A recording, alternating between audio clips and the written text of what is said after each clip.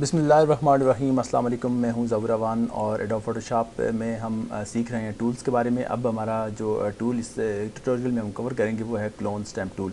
Clone stamp tool पर जब आप राइट क्लिक करते हैं तो आप ये देखते हैं कि इसमें मज़ीद एक टूल नज़र आता है आपको, पैटर्न स्टैम्प टूल। यानी कि दो टूल हैं, क्लोन स्टैम्प टूल और पैटर्न स्टैम्प टूल। क्लोन का मतलब होता है कि एज़ इट इज़ किसी चीज़ को दोबारा क्रिएट कर लेना। जैसे कि एक इंसान है, वही शक्ल सूरत, वही कद, वही सब कुछ, वो आप उसी तरह का दूसरा क्रिएट कर लें तो इसको आप क्लोन कहते हैं।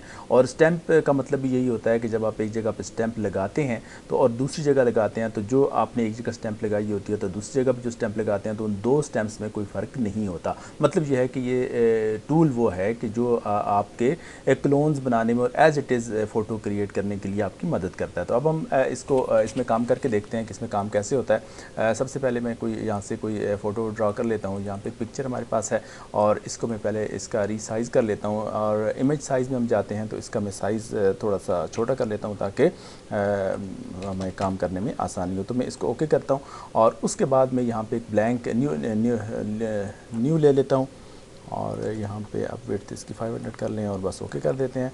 That's it. अब होगा ये कि मूव टूल पे मैं क्लिक करता हूँ और यहाँ से मैं ड्रैग करके इस फ़ोटो को यहाँ पे ले आता हूँ। तो आप ये देखें कि मेरी फ़ोटो जो है वो यहाँ तक आ पहुँची है। तो अब मैं इस टूल का इस्तेमाल करने की कोशिश करता हूँ। जैसे ही आप ये देखें इसको मैंने इस्तेमाल किया तो अब इस पर क्लिक किया तो आप ये देखें यहाँ पर आपको एक मैसेज मिल रहा है कि नहीं, आप इस तरह से आप इसको इस्तेमाल नहीं कर सकते क्योंकि आपने इसका सोर्स डिफ़ाइन नहीं किया। और उसका तरीका भी उन्होंने बता दिया कि आप आल्ट की को प्रेस करें कंप्यूटर से, अपने कीबोर्ड से, तो उसके बाद आप माउस के ज़रिए क्लिक कर दें तो फिर आपका ये सोर्स आप उठा पाएंगे। तो मैं ऐसा ही करके देखता हूँ। अब हम ऐसा करते हैं कि यहाँ से मैं इसका सोर्स उठाता हूँ। अब मैं सबसे पहले ये कहता हूँ कि अपने कीबोर्ड से आल्ट की को प्रेस करता हूँ। जैसे ही मैंने आल्ट की को प्रेस किया तो आप ये देखें कि मेरे कर्सर का निशान भी चेंज हो चुका है और उसके बाद मैं अपने माउस से क्लिक करता हूँ। जैसे ही मैंने माउस से क्लिक की, जैसे भी किसी आम क्लिक करते हैं किसी भी लिंक पर, तो उसी तरह से मैंने क्लिक किया। उसके बाद मैं ऐसा करता हूँ कि नीचे आ जाता हूँ। तो आप ये देखें कि जिस जगह पे मैं नीचे पहुँचता हूँ तो आप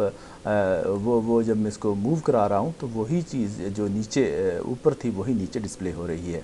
तो एज़ इट इज़ आप फ़र्ज़ करें कि जिस वक्त आप यहाँ पे दूसरी जगह पे आप लेना चाहें इसका फ़ोटो तो तब भी आपको इसी तरह करना पड़ेगा।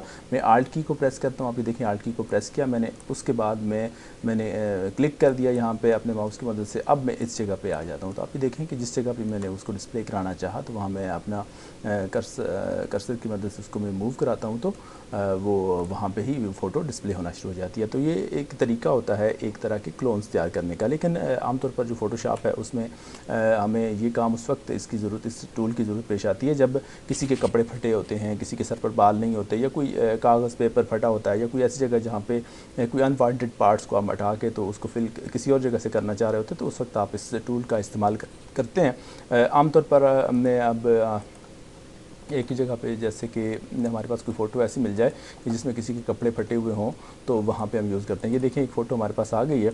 तो अब हम ऐसा करते हैं कि इसकी जो पेंट है इसको हम यहाँ पे अप्लाई करके देखते हैं क्लोन स्टैम्प टूल को, तो ताकि इसकी ये जो फटी हुई पेंट है वो फिल हो जाए। तो उसके लिए भी हम सेम वही तरीका अडॉप्ट करेंगे कि सबसे पहले हम ऐसा करते हैं कि इसका सोर्स डिफ़ाइन करते हैं। सोर्स हमारा ये वाला है।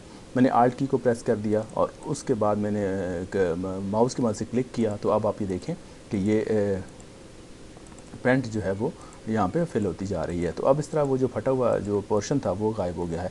बिल्कुल इसी तरह से आप यहाँ पर भी क्लिक करते हैं।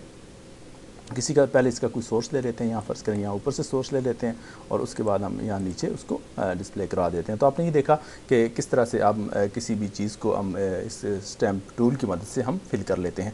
तो बहुत शुक्रिया मेरी वीडियो देखने का। अगले ट्यूटोरियल में हम पैटर्न स्टैम्प टूल को कवर करने की कोशिश करेंगे। ये बहुत इंपॉर्टेंट टूल है और इसको बहुत फ़ायदा मंद है ये टूल। इसको हम ज़रा डिटेल से कवर करेंगे। तो बहुत शुक्रिया मेरी वीडियो देखने का। वीडियो पसंद आए तो लाइक, कमेंट और शेयर ज़रूर कर दीजिएगा। बहुत शुक्रिया।